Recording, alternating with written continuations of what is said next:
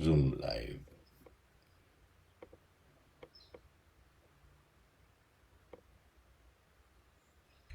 Okay, magandang umaga po mga kapatid. Welcome po sa Phil and Zed New Zealand.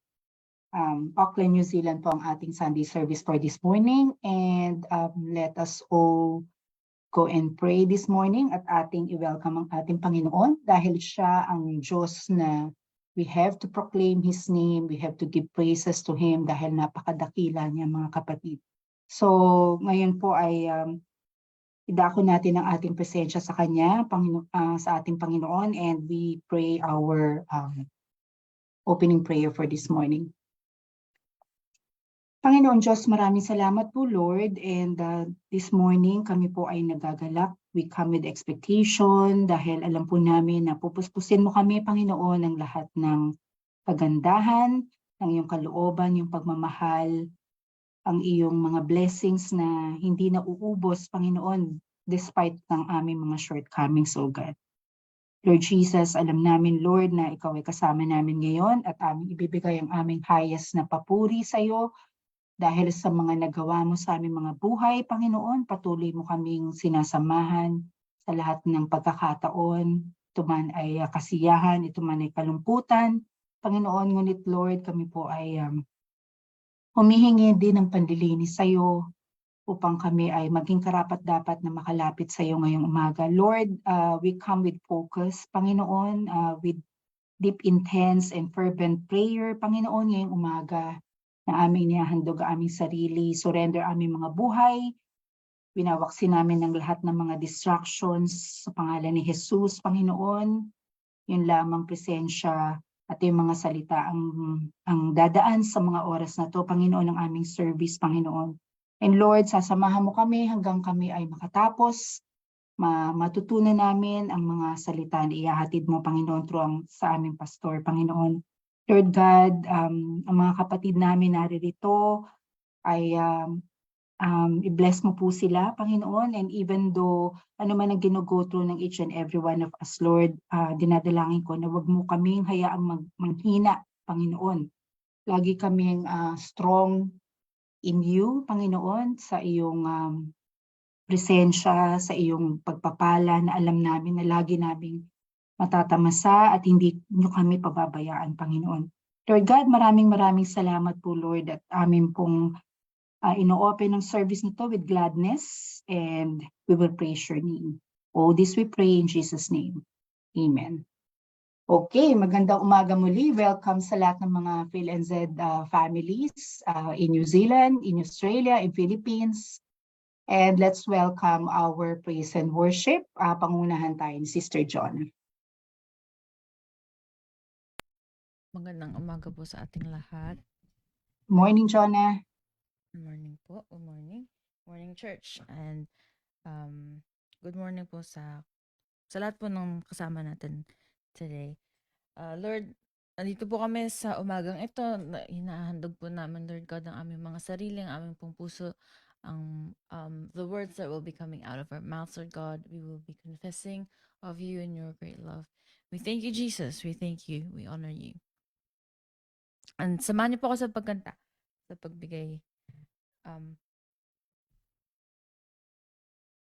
pagbigay puri at pasasalamat sa ating Panginoon.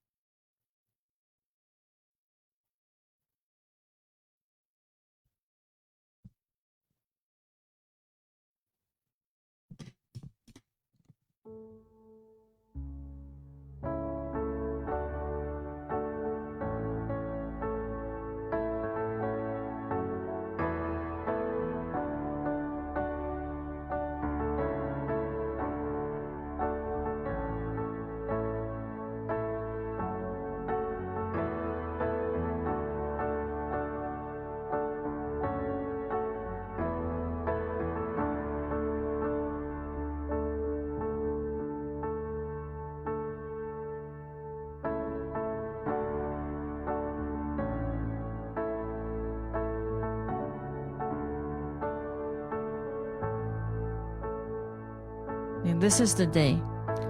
This is the day that you have made. Whatever comes, I won't complain. For all my hope is in your name, and now your joy awaits my praise.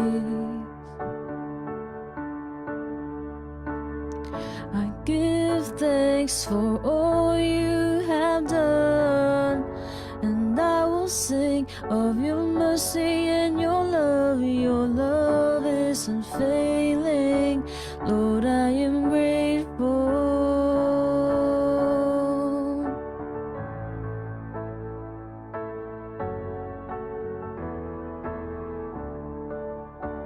When I was down, you brought me out.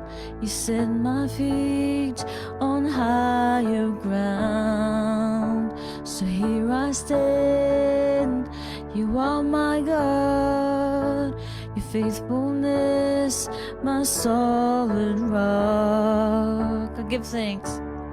I give thanks for all you have done, and I will sing of your mercy and your love. Your love is unfailing. Lord, I am grateful.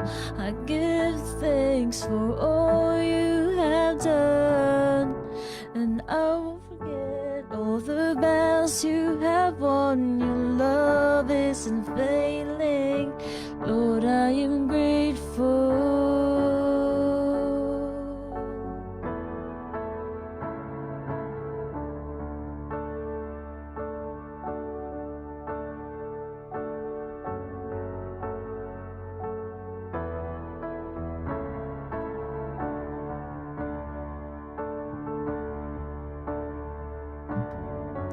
And as we lift our hands, the heavens open,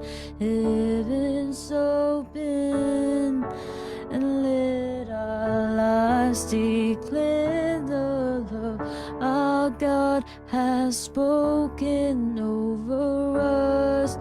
And as we lift our hands, the heavens open, so let our lives declare the love our God has spoken over us.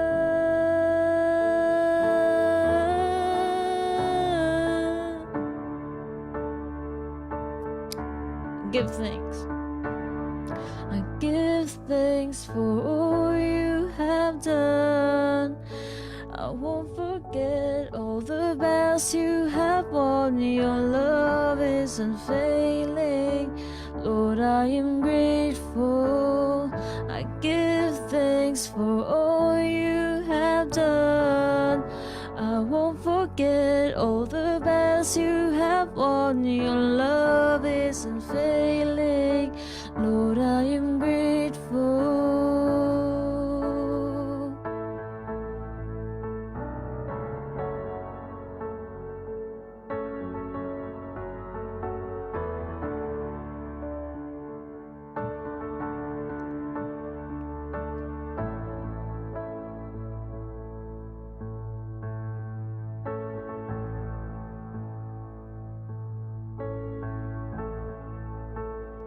There's joy in the house of the Lord. There's joy in the house of the Lord today, and we won't be quiet. We shout out your praise. There's joy in the house of the Lord. Our God is surely in this place, and we won't be quiet. We shout out your praise. Shout out your praise. Let's sing that again. There's joy in the house of the Lord.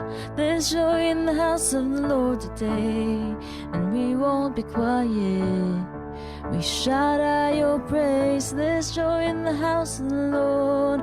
Our God is surely in this place, and we won't be quiet.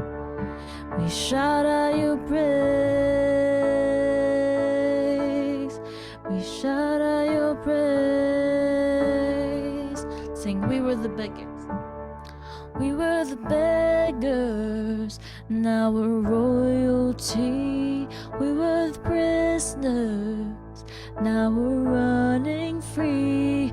We are forgiven, accepted, redeemed by His grace. Let the house of the Lord sing praise. 'Cause we were the beggars, now we're royalty. We were the prisoners, now we're running free. We are forgiven, accepted, redeemed by His grace. Let the house of the Lord sing praise. Sing this joy in the house. There's joy in the house of the Lord. There's joy in the house of the Lord today. And we won't be quiet. We shout out your praise. There's joy in the house of the Lord. Our God is surely in this place. And we won't be quiet. We shout out your praise. We shout out your praise. There's joy in the house. There's joy in the house of the Lord. There's joy in the house of the Lord today. And we won't be quiet. We shout out your praise. There's joy in the house of the Lord. Our God is surely in this place. And we won't be quiet. We shout out your praise.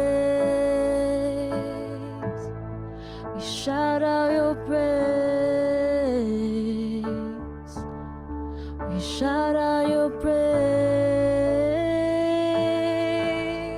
We shout out your praise.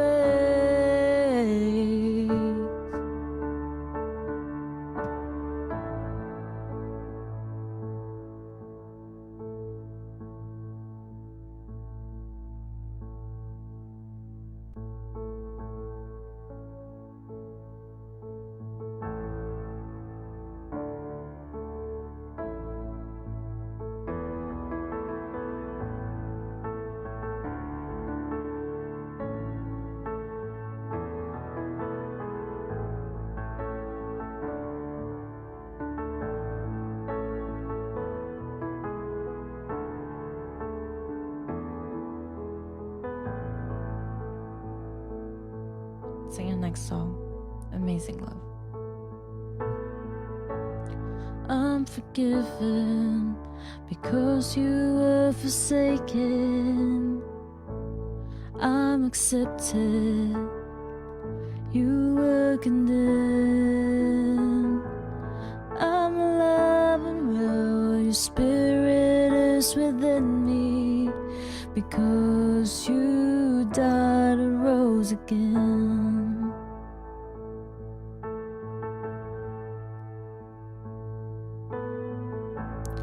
I'm forgiven because you were forsaken. I'm accepted, you were condemned. I'm alive and well, your spirit is within me. Because you died and rose again.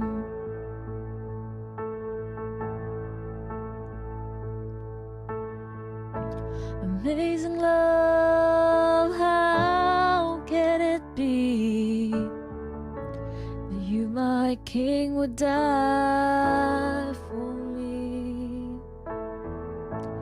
Amazing love, I know it's true. It's my joy to honor you in all I do. I honor you.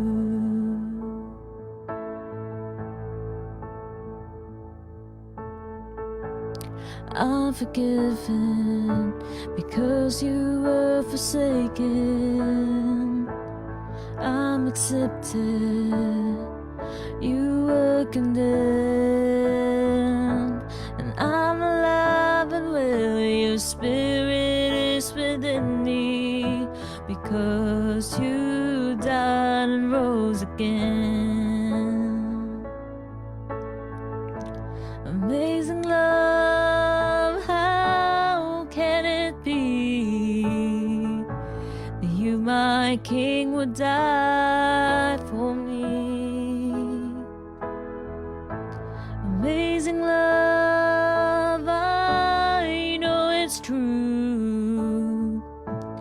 It's my joy to honor you in all I do. I honor you.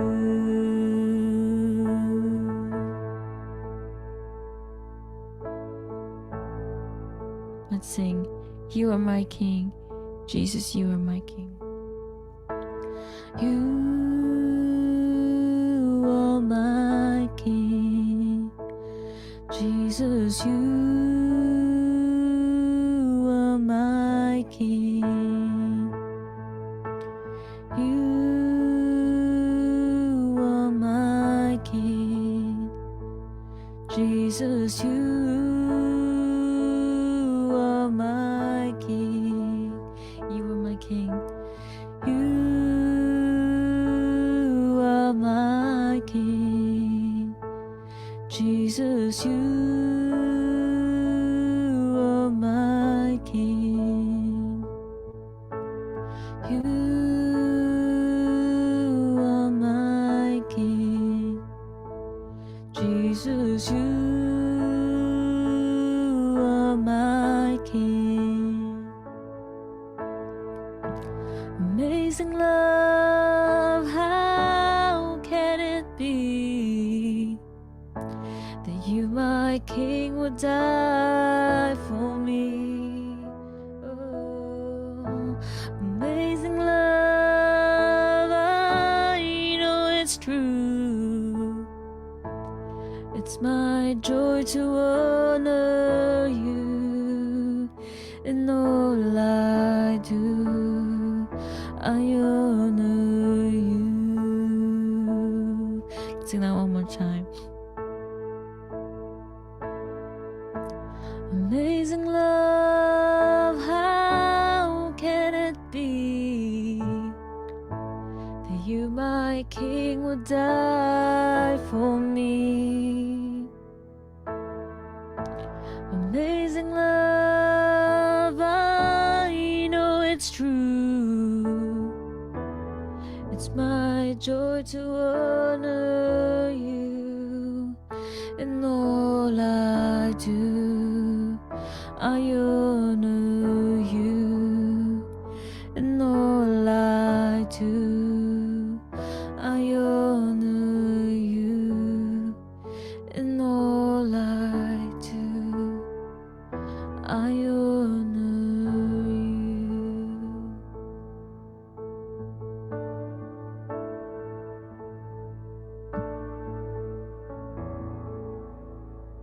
Praise God. Tayo po ay dadako na sa ating pastor prayer. Makunahan po tayo ni Brother Jared. Okay, praise the Lord. Hallelujah. Panginoong Jesus, karapat-dapat ka Lord sa aming pagpupuri ngayon sa umagang ito. Muli, tinataas ka namin at maraming salamat Lord sa lahat na ginagamit mo sa umagang ito, magmula sa presider hanggang sa aming pastor, sa aming pakikinig ngayong salita ngayong umaga Lord. Maraming salamat. Panginoon, i-bless mo ang gawain ito na magiging ma-place ka namin Lord at maitaas ka namin sa mga oras na ito, Panginoong Diyos. Tanggapin mo ang aming pagpupuri, ang aming pagpasalamat, Panginoon. Salamat sa umagang ito na binigay mo sa bawat isa sa amin, Lord, upang sambahin ka, upang itaas ka sa aming buhay, upang mapupurihan ka namin, Lord. Dahil alam namin, Lord, na ikaw lamang ang Diyos na nag-isa at wala pong Diyos na iba, Panginoong Diyos na aming sinasampalatayahan. Salamat, Lord, sa iyong mga gawain sa Fill in Seed dito sa Auckland. Salamat, Panginoon. Samahan mo kami, Lord, at ang iyong banal na Espiritu, Panginoong Diyos, ang siyang mag-uugnay sa amin, ang iyong presensya, mag-uugnay sa amin sa umagang ito. Hayaan mo, Panginoon, na mapuno kami sa iyong salita sa mga oras na ito. Hayaan mo ang aming puso, Lord, na makinig at linisin mo, Panginoon, na makinig kami sa iyong salita sa umagang ito upang magiging masigla ang aming pananampalataya sa iyo, masigla ang aming pamumuhay, Panginoon. Salamat, Lord, sa aming pastor. Tinataas ko sa mga oras na ito, God, na ikaw lamang, Lord, ang magsalita sa kanya sa mga oras na ito. Ang iyong mensahe, Panginoon, ang magiging aming batayan, Lord, sa aming pamumuhay. Salamat, Panginoon. Tinataas ko rin po ang PhilMC Fellowship, Lord, sa aming paghahanap ng patuloy na paghanap ng mag-assist sa amin na pastor, Lord. I-bless mo, Panginoon, ang lahat na naghanap at ibigay mo sa amin, Lord, ang iyong will. Ibigay mo sa amin ang nararapat, Panginoon, para sa amin, na mag-guide at magbibigay sa amin ng mensahe, magpapakain ng iyong salita sa amin, Lord. Patuloy niyong gabayan, maging aming pastor sa kanyang pagpunta sa Australia, Lord. Doon siya magkaroon uli ng ministeryo, Panginoon. I-bless mo, Panginoon, ang mga tao ng kanyang madatnan doon, ang mga tao, Lord, na nangailangan din ng iyong salita. I-bless mo, Panginoong Diyos, upang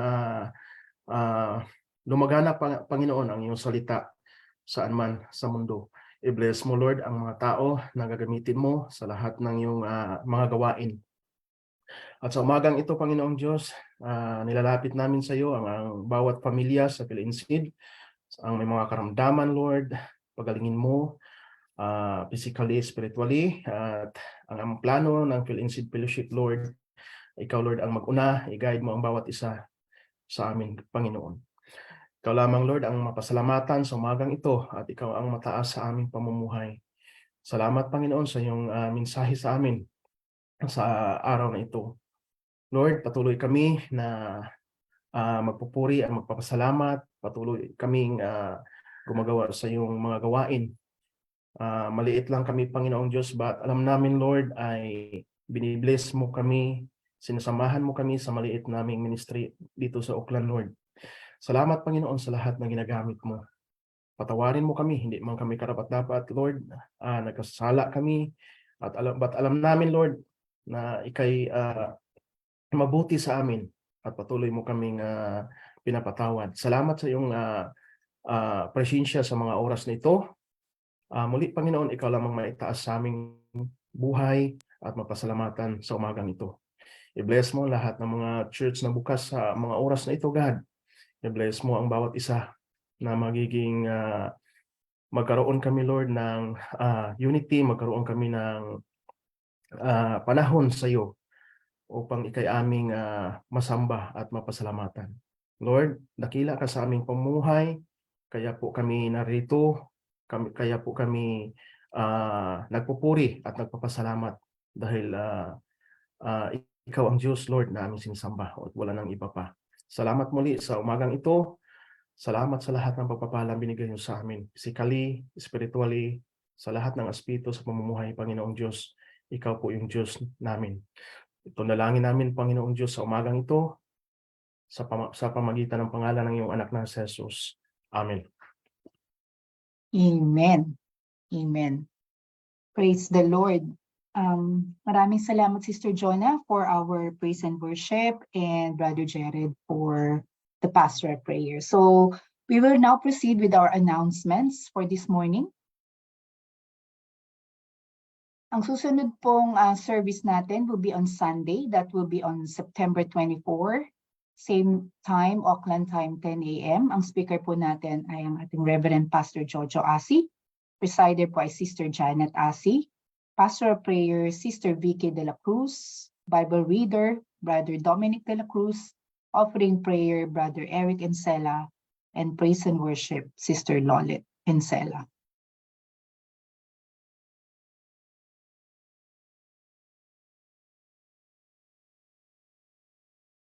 Okay, meron pa po ba tayong ibang announcements? Hello, magandang umaga po. So, sa Sabad, yung prayer, mamaya ipakishare na lang. Sa Sabado, yung doon tayo, no? Meron tayong get together sa bahay ni Brother Jared. Alas 5 yun. Pinost na niya yung, yung address. And ganun na rin sa pinaka dito sa Auckland o sa New Zealand magiging hindi naman natin sabihin huli but yung accent off para doon sa pagpunta sa Australia. So magkita-kits po tayo doon at kung makapagdala tayo good ng madala natin. Salamat. Thank you po, Pastor. Okay, see you po sa Saturday sa bahay po ni Brother Jared. Magpapatuloy na po tayo sa ating announcements. So we have our online prayer meeting that will be on 29 September, Friday at 8 p.m. po. Nandyan din po ang ating mga leaders of the prayers. So ang ating devotional leader for that night is si Brother Junri. Thank you, Brother Junri, sa iyong pagpapa-unlock. And paki-check out na lang po ang inyong mga slots. So prayer of Thanksgiving, Brother Jared. Prayer for pandemic calamity, Sister Lolit. Prayer for church, Sister Vicky. Prayer for church members, Sister Heidi. Prayer for the nations and other nations, Brother Nabo. Thank you po.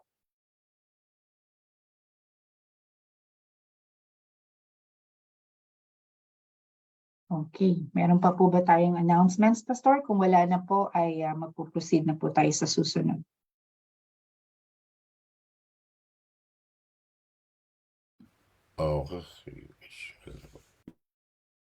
Okay, so sino ang gustong mag-share ngayong umaga? Any pagpapala or anything na gusto niyo i-share sa ating service this morning? Bukas po ang ating floor.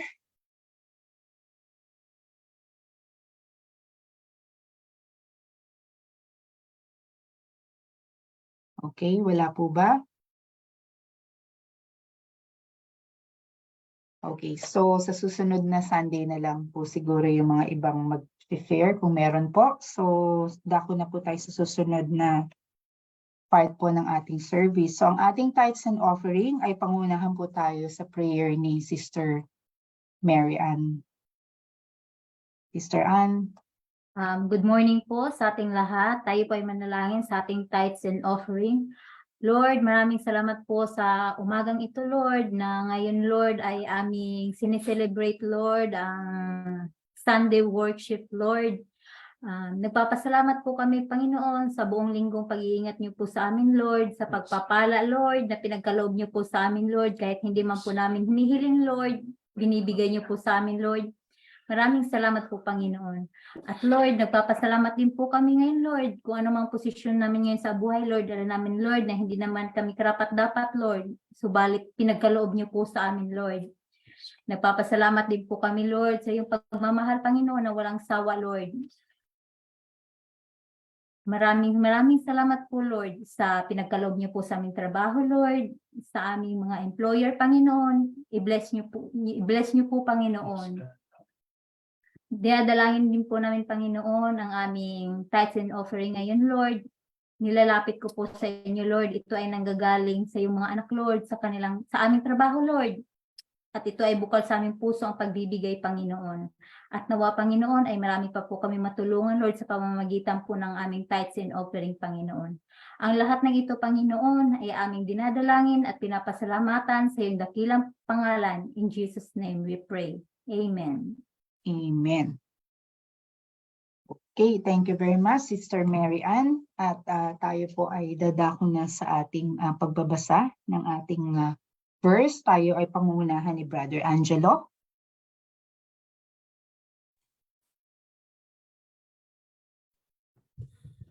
The reading for today is 2 Peter chapter 3, verse 9 to 10. The Lord is not slow in keeping his promise, as some understand slowness. Instead, he is patient with you, not wanting anyone to perish, but everyone to come to repentance. But the day of the Lord will come like a thief. The heavens will disappear with a roar. The elements will be destroyed by fire, and the earth and everything done in it will be laid bare. Amen. Praise God for the reading of the word. At tayo po ay magsisimula na ng ating pakikinig sa ating pastor. So welcome po natin ang ating Reverend Pastor Jojo Asi para po sa word for this month.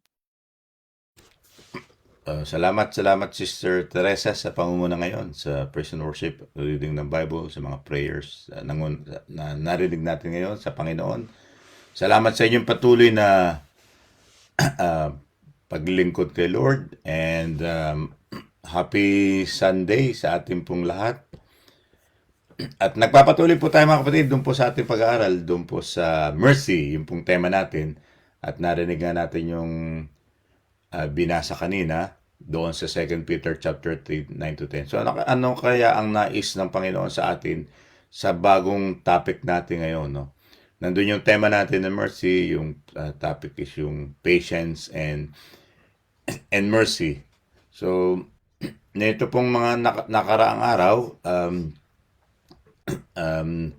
nakausap ko yung mga co-workers dito sa ibang church dito sa Auckland, and nakita ko doon ng may kasayahan na sila ay makausap, and the Lord is good dahil nagkaroon kami ng mga sharings, no, and nakita ko rin yung pag-work ni Lord sa kanilang mga iglesia. And nakita ko doon na na-share din nila yung ang Panginoon ay kumikilos, nagwo-work, and nandun yung mga tao na patiently abiding in His Word ay nagwo-work siya. So ano man yung denomination namin or natin o yung church na pagkakaiba, ay merong isang Diyos, no? May pagkakaisa, no? Nandun pa rin yung pinapakita, na share ko rin sa kanila yung about yung pinag-aralan natin na nung grace and mercy ng Panginoon, na i-share ko sa kanila yung kung paano yung compassion ng Panginoon, yung forgiveness niya, pinakita niya sa atin, no? Kung paano yung pinakita niya yung hindi man tayo karapat-dapat, but ang Panginoon nagpakita ng mercy and grace sa bawat isa sa atin. So, nakita ko rin, i-share ko rin din na maging tayo mga kamang gagawa ay nakakaranas ng mga problema at nakakapagpalakas pa rin tayo, no? Sa kabila ng mga problema ay ipapanalangin natin ang bawat isa, at maging yung ating pong katulad na pinanalangin ngayon ni Brother Jared about yung pagkakaroon natin assistant pastor, na share ko rin sa kanila, and they prayed for us sa mga bagay na to, and naniniwala ko that ang Panginoon ay mabuti, siya ay tapat, tutulungan niya tayo sa atin pong mga pangangailangan, at gayon din sa pagpapalago ng iglesia, no? So bago po tayo magpatuloy, ako po muna ay mananalangin.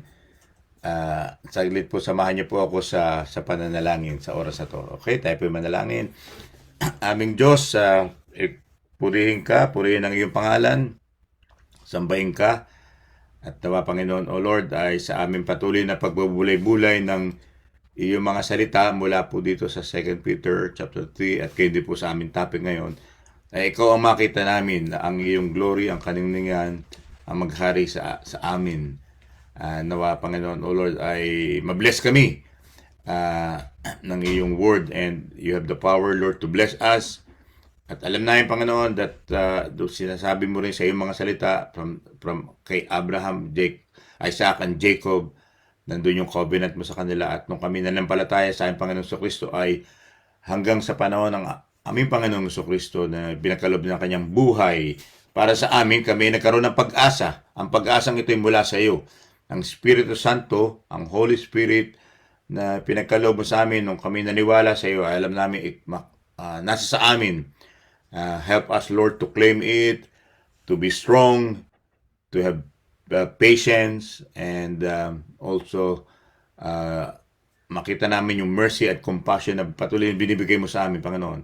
We will overcome everything, Lord, even trials, difficulties, na mangyayari at maaaring mangyari sa amin because we have God, we have Jesus. And I pray, Lord Jesus, na your love and grace be upon us, O Lord, as we continue to hear and study your word because you are our God. Salamat po, Panginoon, na ngayon pa lamang ay nagpupuri na kami at nagpapasalamat ako sa iyong kabutihan. In Jesus' name, I pray, Amen. Amen. Yung papang definition ng mercy ay makikita natin yun dito ay yung ability to remain calm and composed in face of difficulties and trials, no. Yun ang maganda sa sinasabing ito isang virtue, isang katangian na maganda sa atin, lalo na kapag nasa atin ang Holy Spirit, tinutulungan tayo ng Holy Spirit to tolerate yung mga kahit may mga mistakes or irritation or hindi agad tayo na nawawala yung temper natin, no, na tinutulungan tayo ng Panginoon. That's good about patience, no, and it is kasama ito sa fruit of the Holy Spirit. Hindi tayo perfecto, but nandoon ang pag-ibig ng Panginoon. Yung mercy naman, ito yung pagpakita ng acts of showing kindness and forgiveness, no? So maganda pong tingnan natin ito na paano ba ito natin ma-apply ito sa buhay natin, lalo na tayo ay nakakaranas ng kalungkutan, nanghihina tayo ay sa ating emotion, we feel na tayo ay parang nandun na tayo sa end ng buhay natin, para nakikita natin sometimes na parang hindi naman dinirinig ng Panginoon ang ating mga dalangin. Ngunit hindi po tayo dapat malungkot dahil ang mga nangyayari sa buhay natin ay ito ay kaloob ng Panginoon at meron siyang magandang papakita sa atin. So, I encourage you to open your Bible dito po sa 2 Timothy 3:1 to 18. Makikita natin kung babasahin nyo ang mga talata o mga verses sa Bible na ating pong titingnan. So, the first one na ating titingnan dito sa unang slide ay yung pong with regard sa persons of mercy ay yung ito pong pangako ng Panginoon, no? Itong nais ng Panginoon. God does not want anyone to perish. Yan. Ayaw ng Panginoon pala na ang bawat isa ay mag-perish. Sabi po rito sa basahin ko po sa inyo sa Tagalog, no? Ang sabi po rito sa verse 8 and 9, mga minamahal, huwag niyong kalimutan na sa Panginoon ang isang araw ay katulad ng isang 1,000 taon at ang 1,000 taon ay tulad ng isang araw lamang. Ang Panginoon ay hindi nagpapabaya sa kanyang pangako gaya ng inaakala ng ilan. No? Ang ganda ng word na sinabi ron ni Apostle Peter, no? Ang Panginoon ay hindi nagpapabaya sa kanyang pangako. No, hindi pala tayo pinapabayaan ng Panginoon. Diba? Sa kanya ay sabi doon, Lord, with the Lord, a day is like 1,000 years, and 1,000 years are like a day. So wala siyang araw, walang limitation. Yun ang ating Panginoon. Ang Panginoon ay nasa oras, nasa atin sa lahat ng dako. Hindi niya tayo pinababayaan. Tayo pong nananampalataya at nagpapatuloy sa Kanya. Alam niyo na, sa atin po dito sa Philenses, sa leadership, at alam na rin ng iba, na ang inyo pong lingkod ay pupunta sa Australia. So ang pagpunta ko doon sa Australia, ito ay maaring dito dito po sa New Zealand o sa Auckland ay magbibigay ng kalungkutan at panghihina sa atin dito, mga kapatid, sa ito ay magkoko sa feeling natin, parang ang iba maaring bakit ganoon, o bakit pinabayaan, o bakit aalis, o sino lilipat, no? Sino papalit, no? Ang Panginoon ay hindi niya man nilalagay ang mga sitwasyon sa buhay natin na pababayaan niya tayo. Merong purpose ang Panginoon sa atin, no? dito, pinagpipili natin na tayo ay magkaroon ng assistant pastor dito sa Auckland at siya yung makakasama natin sa patuloy na paglilingkod. At dahil ang Panginoon ay hindi nagpapabaya, bakit hinahayaan ng Panginoon na ang mga manggagawa ay pumunta naman sa ibang lugar, diba? Kasi para ipahayag at pangaral pa ang salita ng Diyos. Ayaw ng Panginoon na ang mga tao ay magperis, no? Ano ba ibig sabihin? Yung gusto ng Panginoon na gamitin tayo sa iba't ibang dako ng mundo at ng lugar para ipahayag pa rin ang salita ng Diyos. Dahil ayaw ng Panginoon na tayo mapahamak, kundi ang lahat ng Panginoon, ang nais ng Panginoon ay makarinig ng salita ng Diyos. Sa pamagitan ng pangangaral, itong ginagawa po natin sa Facebook Live, no? Ang mga tao ay, kahit digital ito, sila ay makakarinig din ng salita ng Diyos at maaring ang Panginoon ay, ang Holy Spirit, ay mangusap sa kanila in the right time, in the right place, in the right moment na yon, upang sila ay sabi rito, magsisi at tumalikod sa kanilang kasalanan upang sila ay maligtas. Yung karakter na pinapakita ng Panginoon dito sa patience, ito yung ang Panginoon ay thousands of years, no, mula pa doon sa Old Testament, meron na siyang pangako na pagliligtas, mayroon din siyang sinasabi sa atin, hindi ko kayo pababayaan. So tayo po dito sa Auckland, nakikinig natin mga kapatid dyan sa New Zealand, sa Philippines at sa Australia, ay magkakaiba yung time zone natin, magkakaiba yung place of natin, di ba? Yung place of time ay magkakaiba, they are different, but alam niyo yung wonders ng Panginoon, yung miracle ng Panginoon, iisang spirito, iisang Diyos. At ang pangako ng Panginoon ay iisa rin, hindi siya nagbabago.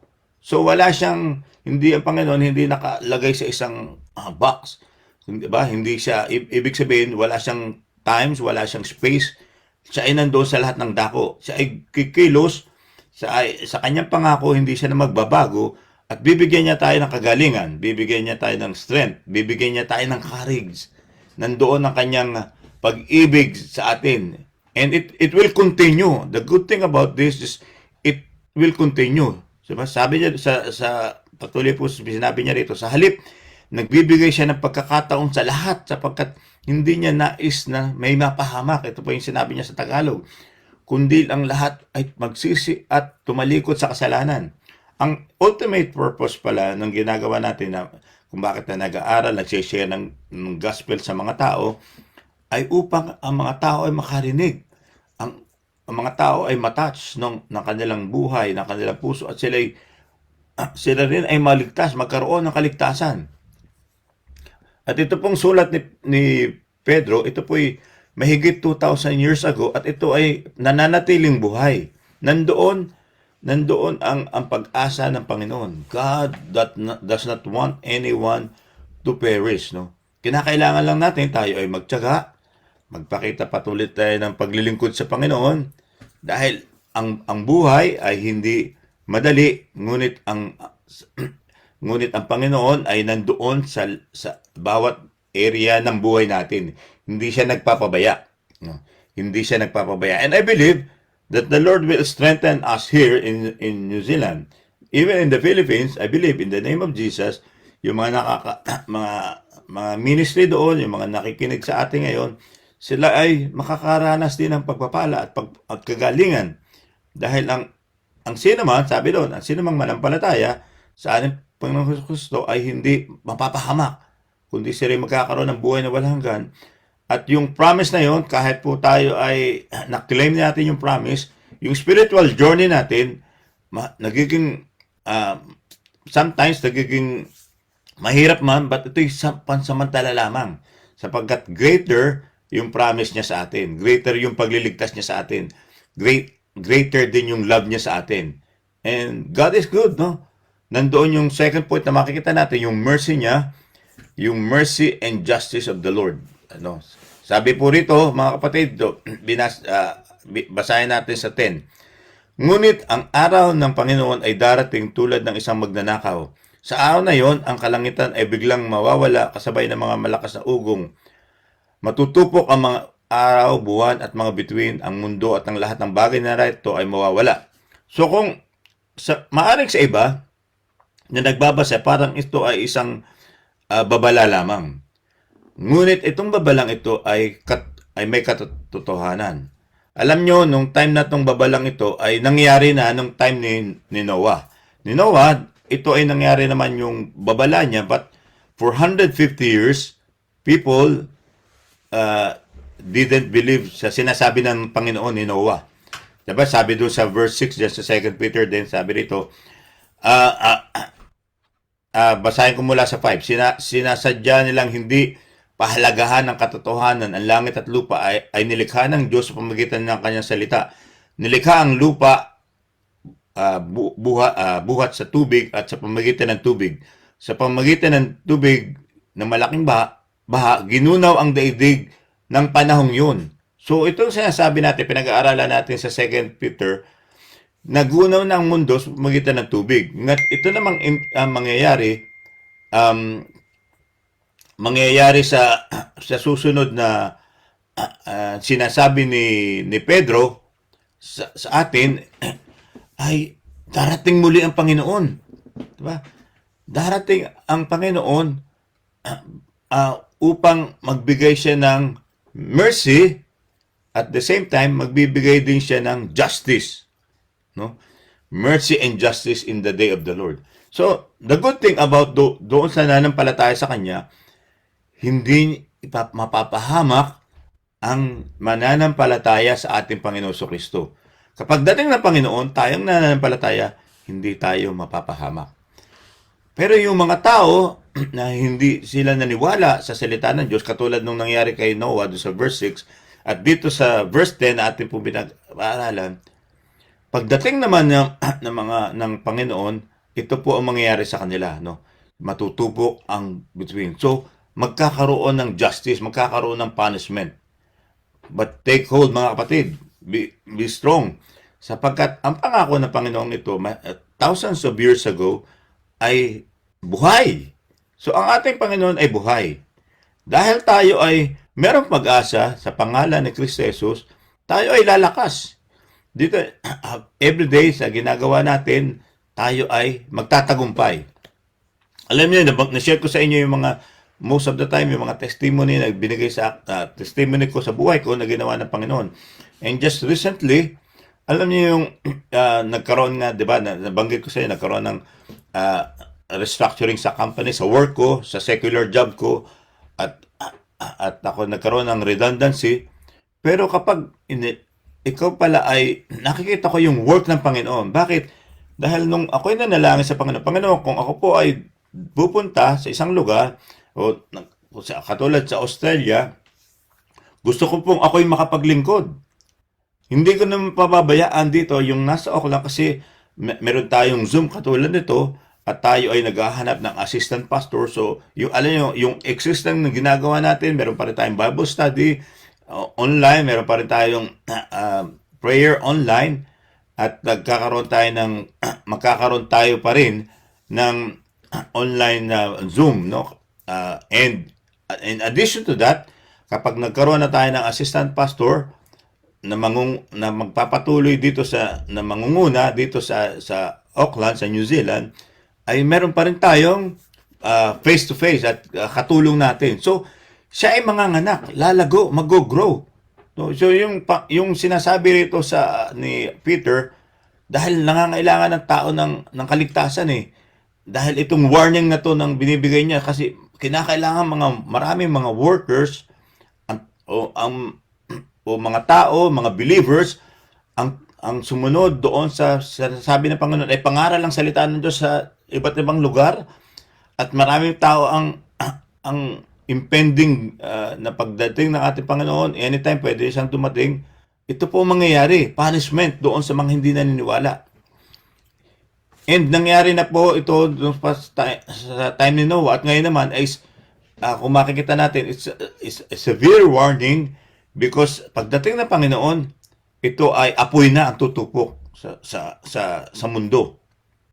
Subalit yung kanyang pangako niya sa mga nanampalataya, kahit dumating ang apoy, ang pagtupok, kukunin ng Panginoon yun, i-cover niya, no? Kasi yung kanyang pangako at ang mga nanatili hanggang wakas sa pangalan ni Kristo Jesus ay magkakaroon ng protection, divine protection, no?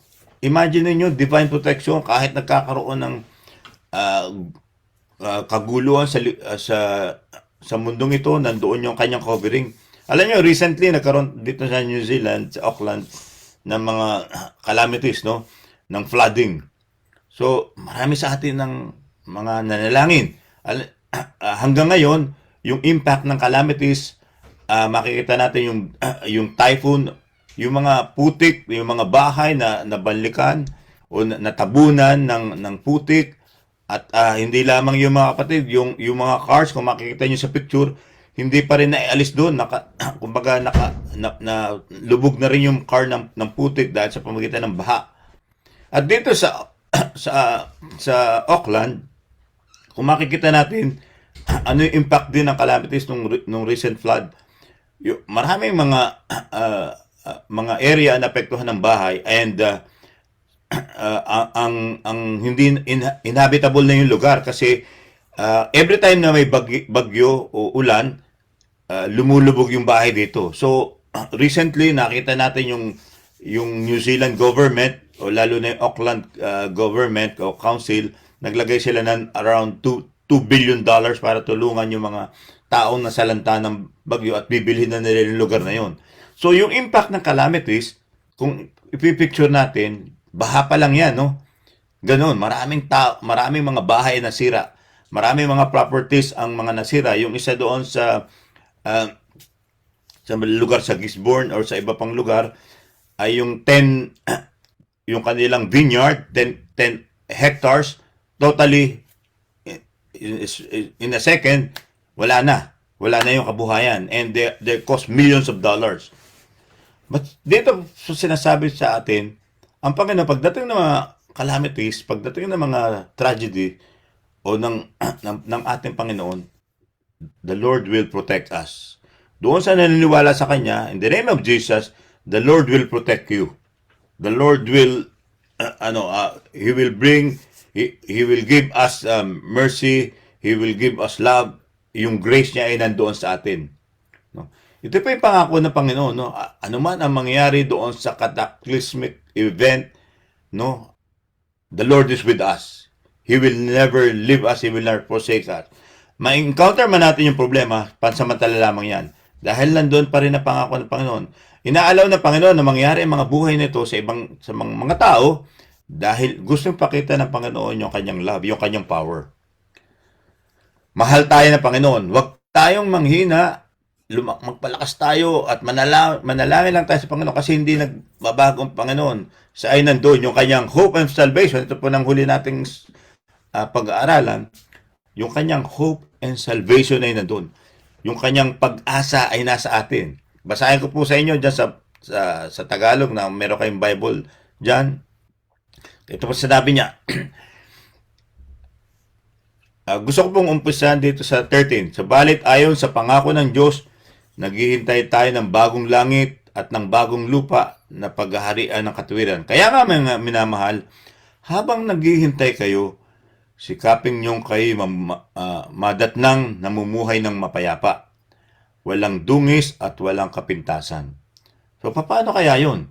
Ang gusto ng Panginoon na pagdating niya, makita pa niya tayong diligent to be found by Him without spot or blemish. No? Walang kapintasan. Ano kaya ibig sabihin ng Panginoon dito? Gusto ng Panginoon ay we cling doon sa Kanyang, sa pangalan ng Panginoon. Tayo nagpapatuloy. No? Meron tayong mga problemang na-encounter sa buhay natin, but we pray to God. We pray to Jesus. Nandun yung hope natin. Dahil ang Panginoon ay nandun, ililigtas na tayo. Pinaparanas lang pala ng Panginoon sa atin yung mga nangyayari sa buhay natin every day because there is a greater purpose, no? Dahil meron pala siyang reward na ibibigay sa atin. So every time na na-encounter natin yung trials and difficulties, kaya sinabi ni Apostol Pablo, magalak kayo. Paano ka makakagalak kung ikaw ay nakakaranas ng trials and difficulties in life? Bakit? Kasi sa bawat tragedy, problema na naranasan natin, ay nandoon yung pagliligtas ng Panginoon. Inaalaw lang pala ng Panginoon na maranasan natin to kasi gusto niya na tayo tumatag ang ating pananampalataya at maging patuloy tayong kaisa ni Kristo. Kasi yung hope and salvation ay nandoon.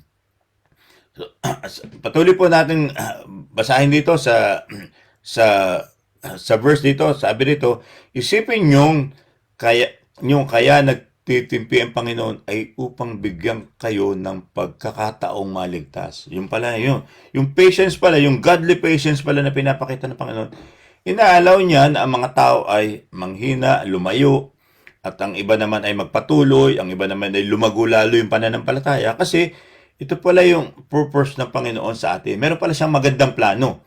At specifically dito, minention ni Peter ang kanyang kakapwa manggagawa, si Pablo. Sabi niya rito, iyan ang isinulat sa inyo ng kapatid nating si Pablo.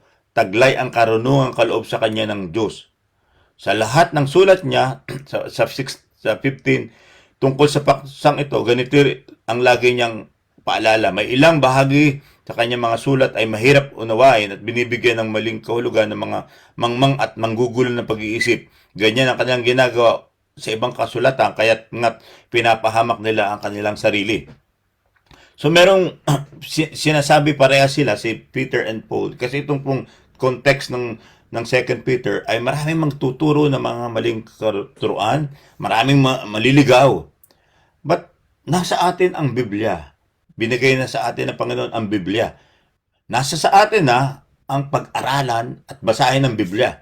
At ipanalangin natin na bigyan tayo ng karunungan.